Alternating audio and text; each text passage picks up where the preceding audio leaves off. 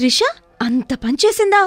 Trisha cinema లేకపోయినా ఏదోలా ఈ పేరు వార్తల్లో నలుగుతూనే ఉంటుంది.